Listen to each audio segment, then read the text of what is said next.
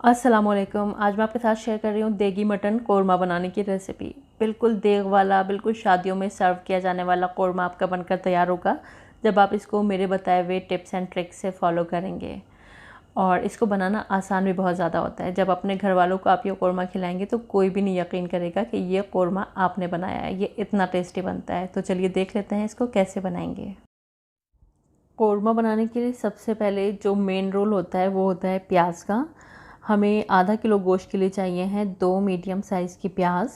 इनको हमें बिल्कुल फाइन चॉप करना है क्योंकि हमें इनको गोल्डन फ्राई करना है। अगर आप इसको मोटा चॉप करेंगे तो ये फिर ठीक से गोल्डन फ्राई नहीं होगी। प्याज को बारीक और लंबे स्लाइसेस में काटने के बाद हमें तेल गरम करना है। तो क्योंकि हमें यहाँ पर प्याज को डीप फ्राई करना है तो मैं ज़्यादा तेल ले रही हूँ। मैं 1 कप तेल का इस्तेमाल कर रही हूँ जिससे कि प्याज अच्छे से डीप फ्राई हो जाएगी।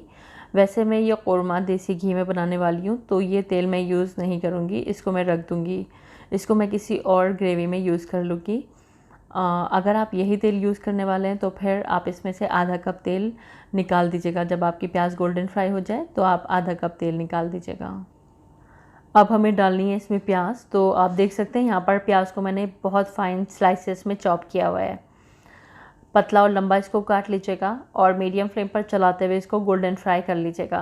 प्याज परफेक्टली गोल्डन होगी तो हमारे कोरमे का टेस्ट बहुत अच्छा आएगा। गोल्डन फ्राई करी हुई प्याज को हम बरिस्ता बोलते हैं और बरिस्ते का एक बहुत अहम रोल होता है कोरमे में। तो जितना परफेक्ट आपका बरिस्ता बनता है उतना ही अच्छा आपका कोरमा बनता है। तो यहाँ पर आप देख सकते हैं गोल्डन कलर आने लगा है इसमें।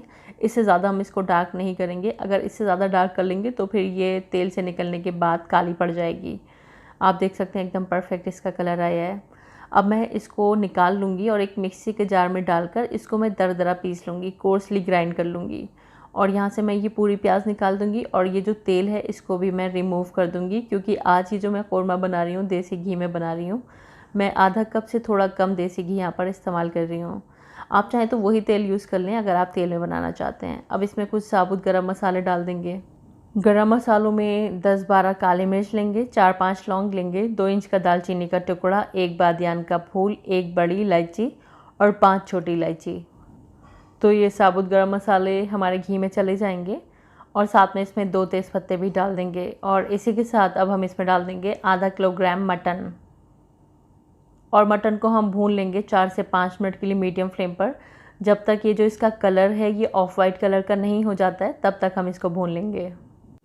यहाँ पर मटन को मैंने 4 से 5 मिनट के लिए भून लिया है और आप देख सकते हैं इसका कलर बदल चुका है। अब हम डाल देंगे इसमें अदरक और लहसुन का पेस्ट। तो मैं इसमें 1.5 टेबल स्पून डाल रही हूँ लहसुन का पेस्ट और 1 टेबल स्पून डाल दूँगी मैं इसमें अदरक का पेस्ट। और इसी के साथ मसालों में इसमें जाएगा नमक। तो 1 टीस्पून नमक डाल देंगे, 1 टीस्पून कश्मीरी लाल मिर्च डाल देंगे, 1/3 छोटा चम्मच डाल देंगे हल्दी का पाउडर, 1 टीस्पून लाल मिर्चों का पाउडर और 2 टीस्पून डाल देंगे धनिया का पाउडर। और ये है 1/3 टीस्पून जावित्री का पाउडर, 1/3 टीस्पून जायफल का पाउडर, आधा टीस्पून छोटी इलायची का पाउडर। जावित्री, जायफल और छोटी इलायची का पाउडर बहुत अच्छा टेस्ट देता है कोरमे को। तो थोड़ा थोड़ा सा आप पीस लीजिएगा ग्राइंडर में और इसमें ऐड ज़रूर कीजिएगा। अब हम इसको भून लेते हैं। जब तक अदरक लहसुन और सारे मसालों की जो रॉ स्मेल है वो रिमूव नहीं हो जाती है तब तक इसको हम भून लेते हैं। यहाँ पर हमारा मटन मसालों के साथ खूब अच्छे से भुन चुका है। अब हमने जो प्याज को मिक्सी में दरदरा सा पीसा था, ये देखिए मैंने पीसते टाइम इसमें पानी नहीं डाला था। आप चाहें तो ज़रूरत महसूस हो तो पानी डालकर भी पीस सकते हैं। तो ये दरदरी पिसी हुई प्याज हम इसमें डाल देंगे। प्याज को थोड़ा सा दरदरा रखेंगे तो हमारा दानेदार कोरमा बनकर तैयार होता है। वैसे आप फाइन भी पीस सकते हैं लेकिन एक कोर्स टेक्सचर चाहिए कोरमे का, दरदरा सा टेक्सचर चाहिए तो प्याज को दरदरा रखिएगा। और प्याज के साथ भी 1 से 1.5 मिनट के लिए हम इसको भून लेंगे। प्याज के साथ इसको भून लेने के बाद अब हम इसमें दही डाल देंगे। तो मैं 3/4 कप इसमें प्लेन दही डाल रही हूँ। ये ताज़ा दही है, खट्टा मीठा नहीं है। 150 ग्राम के करीब है ये। और दही डालकर इसको भून लेते हैं जब तक दही का पानी ड्राई नहीं हो जाता है और ऑयल सरफेस पर नहीं आ जाता है तब तक हम इसको भून लेंगे। दही के साथ भून लेने के बाद अब हमें मटन को गला लेना है। तो मैं इसमें डाल रही हूँ 1 कप पानी। 1 कप पानी क्योंकि मैं प्रेशर कुकर में पका रही हूँ सफिशिएंट है, लेकिन अगर आप इसको विदाउट प्रेशर कुकर पका रहे हैं तो 2 से 3 कप इसमें पानी डालिएगा। अब मैं यहाँ पर इसमें प्रेशर कुकर की लिड लगा दूँगी। जब इसमें हाई फ्लेम पर एक प्रेशर आ जाएगा तब हमें गैस की फ्लेम को लो कर देना है और धीमी आंच पर हम इसको तकरीबन 10 से 12 मिनट के लिए पका लेंगे। और विदाउट प्रेशर कुकर बना रहे हैं तो फिर तकरीबन 50 से 55 मिनट आप इसको धीमी आंच पर पकाइएगा। इधर मैंने 18-20 टूटे वाले काजू लिए हुए हैं। साबुत ले रहे हैं तो 10 से 12 ले लीजिएगा। इसको हम डाल देंगे एक मिक्सी के जार में। अगर आपके पास सैफ़्रॉन के धागे हैं तो 12 से 15 सैफ़्रॉन के धागे भी डाल लीजिएगा, उससे और भी ज़्यादा टेस्ट बढ़ जाएगा। थोड़ा सा पानी डालकर इसको हम स्मूथली ग्राइंड कर लेंगे। तो ये देखिए इस तरह से मैंने इसका पेस्ट बना लिया है। इस पेस्ट को अभी रख देते हैं एक साइड में। और इधर हमारा जो मटन है ये गल चुका है।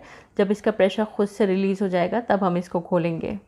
तो यहाँ पर आप देख सकते हैं मटन हमारा गल चुका है। अब हमने जो काजू का पेस्ट बनाया हुआ है वो पेस्ट हम इसमें डाल देंगे और इसी पॉइंट पर हम इसमें डाल देंगे केवड़ा वाटर, जो कि एक फूड एसेंस है और किसी भी कोरमे में इसको ऐड करते हैं तो उसका टेस्ट बहुत बढ़ जाता है। और शादियों वाले देगी कोरमे में तो इसको ज़रूर ऐड किया जाता है। और इस पॉइंट पर अगर आपको ज़रूरत महसूस होती है तो आप इसमें आधा पौन कप पानी डाल सकते हैं, लेकिन मुझे इसकी कंसिस्टेंसी परफेक्ट लग रही है तो मैं अभी इसमें पानी नहीं डाल रही हूँ। अब मैं इसकी लिड लगा दूँगी और धीमी आंच पर मैं इसको 4 से 5 मिनट के लिए पकाऊंगी। बस हमें इसको बहुत ज़्यादा नहीं पकाना है। काजू डालने के बाद बस 4 से 5 मिनट पकाएंगे, उसके बाद हम इसको चेक करेंगे। सिंपल सी लिड लगाइएगा, प्रेशर कुकर की लिड नहीं लगानी है।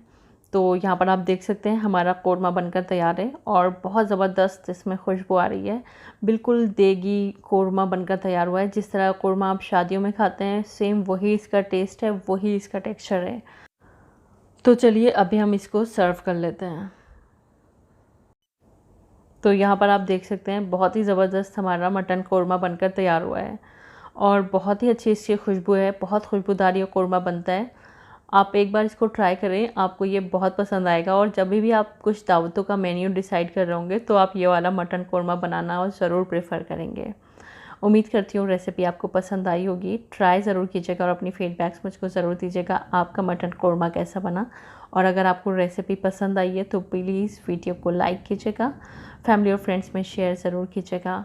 और अगर आप मेरे चैनल पर पहली बार आएँ तो मेरी आपसे हम्बल रिक्वेस्ट है, बिना सब्सक्राइब किए मत जाएगा और मेरे फेसबुक पेज को भी फॉलो कीजिएगा, जिसका लिंक मैंने डिस्क्रिप्शन बॉक्स में दिया हुआ है। वीडियो देखने का बहुत बहुत शुक्रिया। अल्लाह हाफ़िज़।